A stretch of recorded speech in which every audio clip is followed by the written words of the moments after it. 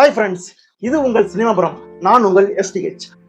இப்போ நம்ம எதை பத்தி பேச போறோம் பார்த்தீங்கன்னா, சுந்தர் சியின் அரண்மனை 4 இந்த படம் எப்படி இருக்கு அதுதான் பார்க்க போறோம். ஏற்கனவே பார்த்தீங்கன்னா சுந்தர் சிக்கு அரண்மனை 1, அரண்மனை 2, அரண்மனை 3 படம் வெளியிட்டிருக்காரு. இந்த 3 படத்துல ஃபர்ஸ்ட் பாட்டு நல்லா இருக்கும் ஓடிச்சு, செகண்ட் பாட்டு நல்லா இருக்கும் ஓடிச்சு. ஆனா 3வது பாட்டு ரொம்பவே சூரமச்சான படம் அட்டர் ஃபிளாப்புங்க. சரி, இந்த 4th பாட்டு எப்படி இருக்கு அப்படின்னு கேட்டீங்கன்னா, இந்த படத்துல சுந்தர் சி கூட சேர்ந்து முக்கியமான கேரக்டர்ஸ்ல தமன்னா, ராக்ஷி கண்ணா, கோவை சர்லா, விக்கி பாபு, விடிவி கணேஷ், ஜெயபிரகாஷ்னு இன்னும் சில பேர் நடிச்சிருக்காங்க. இந்த படத்துக்கு ஹிப்ஹாப் தமிழா மியூசிக் பண்ணிருக்காங்க. இந்த படத்துடைய ஒன்லைன் என்னன்னு கேட்டீங்கன்னா, சுந்தர் சி தங்கச்சியான தமன்னா லவ் பண்ணி வீட்டு ஓடி போயிடுறாங்க. அப்படி வீட்டு ஓடி போறாங்க பாத்தீங்கன்னா, அவங்க லவர் கூட பிள்ளைலாம் பார்த்துட்டு ரொம்ப ஹாப்பியா வாழ்ந்துட்டு இருக்காங்க. அப்படி வாழ்ந்துட்டு இருக்கும்போது திடீர்னு ஒரு நாள் தமன்னா ஹஸ்பண்ட் ஒரு அமனுஷன் தாக்கி செத்துறாரு. சோ அதுக்கப்புறம் தமன்னா பாத்தீங்கன்னா அந்த வீட்டுக்குள்ள இருக்கிற ஒரு கிணத்துல தூக்குல தொங்குறாங்க. சோ இந்த நியூஸ் பாத்தீங்கன்னா சுந்தர் சி காதுக்கு போகுது. அதாவது உங்க தங்கச்சி சூசைட் பண்ணிட்டாங்க, உங்க தங்கச்சி ஹஸ்பண்ட் செத்து போயிட்டாரு, சோ அதனால மனசு தாங்காம உங்க தங்கச்சி சூசைட் பண்ணிட்டாங்க அப்படின்ற மாதிரி சுந்தர் சிக்கு நியூஸ் போகுது. சோ அதுக்கப்புறம் சுந்தர் சி பாத்தீங்கன்னா அவங்க வாழ்ந்த அந்த வீட்டு, அதாவது அந்த அரண்மனைக்கு வராங்க. சோ வரும்போது சுந்தர் சிக்கு ஒரு டவுட், என் தங்கச்சி தற்கொலை கிடையாது, அது ஒரு கொலை அப்படின்ற மாதிரி ஃபீல் பண்றாரு. அந்த சமயத்துல அந்த ஊருக்குள்ள இன்னும் சில பேர் மர்மமான முறையில சாகுறாங்க.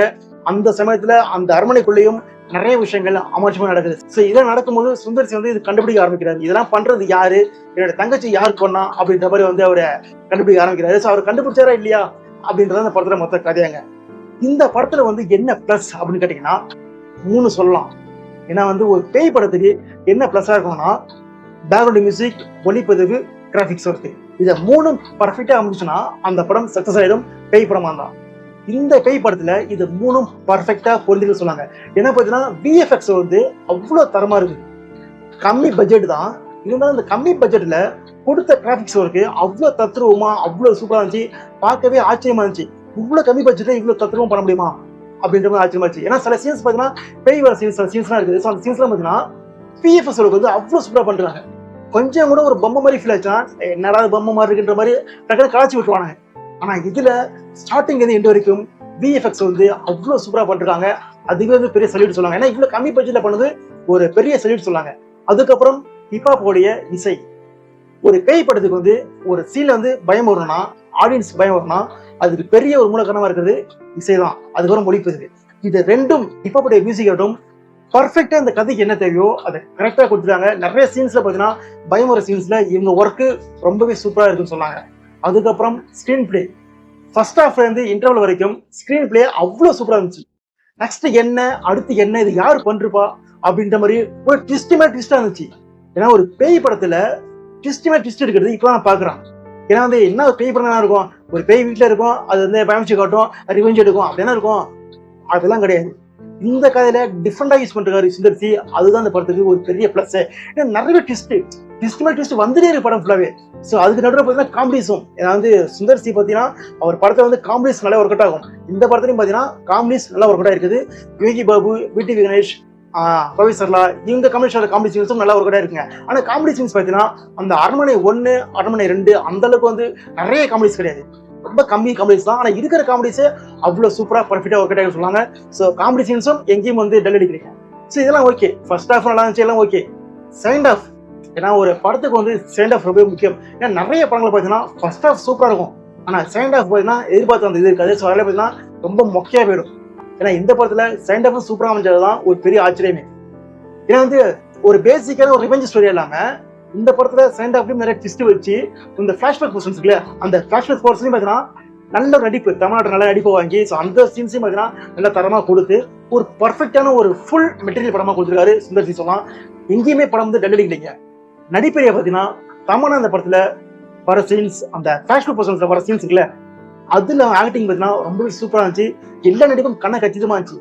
இந்த படத்துல பெரிய ஆதலும் பாத்தீங்கன்னா கூட்டம் அதிகமா இல்ல. ஏன்னா சுந்தர் சி படம்னாலே ஒரே கூட்டமா இருக்கும்.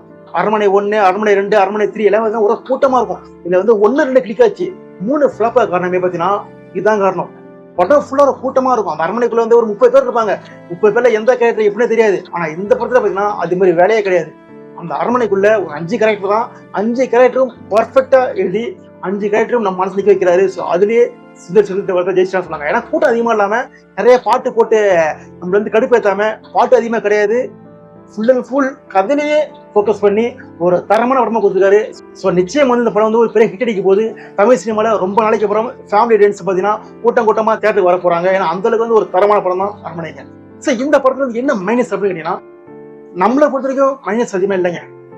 ஏன்னா நமக்கு வந்து டாப்ல இருந்து எந்த வரைக்கும் பார்த்தீங்கன்னா அவங்க நோக்கமே பார்த்தீங்கன்னா பயமுறுத்தணும், சென்டிமெண்ட் சீன்ஸ் இருக்கணும், காமெடி இருக்கணும். இந்த மூணும் ஒர்க் அவுட் ஆச்சுனாலே போதுன்றதான் அவங்க நோக்கம். இந்த மூணும் இந்த கதையில வந்து பர்ஃபெக்டா ஒர்க் அவுட் ஆயிடுச்சு. எங்கேயுமே வந்து பிசில் தெரியல. ஸோ அதனால பார்த்தீங்கன்னா நமக்கு வந்து பெருசா மைனஸே தெரியல. சில சீன்ஸ் இருக்குது, சில சீன்ஸ் வந்து கொஞ்சம் கிரிஞ்சு தர மாதிரி இருக்கும். ஸோ அதெல்லாம் வந்து நம்ம சொல்லிதான் ஆகணும். பட் இருந்தாலும் அந்த சீன்ஸ்லாம் பார்த்தீங்கன்னா ஒரு ஃபேமிலி ஆடியன்ஸ் பார்க்கும்போது அவங்களுக்கு தெரியாது. ரொம்ப வந்து சினிமாவுடைய கரைச்சி குடிச்சவன் இருக்கான்ல, ஸோ அவன் தான் என்ன சீனு அப்படின்ட்டு போயிடுவான். ஆனா ஒரு நார்மலா வந்து ஒரு 100 ரூபா கொடுத்து உள்ள பாக்குறாங்கல்ல அந்த ஃபேமிலி ஆடியன்ஸ் இருக்காங்கல்ல, அவங்களுக்கு இந்த படம் ரொம்பவே பிடிச்சி போகும். முக்கியமா குழந்தைங்களுக்கு ரொம்பவே பிடிச்சி போகும். அந்த அளவுக்கு பார்த்தா வந்து நிறைய சீன்ஸ் இருக்குது. படம் வந்து ஒரு தரமான படம். ஸோ அதுக்கப்புறம் இந்த படத்துடைய கிளைமேக்ஸ் சாங்ல இன்னொரு ட்விஸ்டும் பெரிய ட்விஸ்ட் இருக்குங்க. இதுதான் ட்விஸ்ட் இப்போ போரா ட்விஸ்ட்ன்ற மாதிரி கிளைமேக்ஸ் சாங்ல வந்து ஒரு பெரிய ட்விஸ்ட் கொடுத்தாரு. ஏன்னா வந்து பாத்தீங்கன்னா சுந்தர்சி படத்துல கிளைமேக்ஸ் சாங்லே குஷ்பு தான். அந்த குஷ்பு வந்து அந்த சாமி முடி ஆடுவாங்க, பேய் அடக்குவாங்கல்ல. இந்த படத்துலயும் அது மாதிரி சாங்ஸ் எல்லாம் இருக்குது, லாஸ்ட்ல இருக்குது.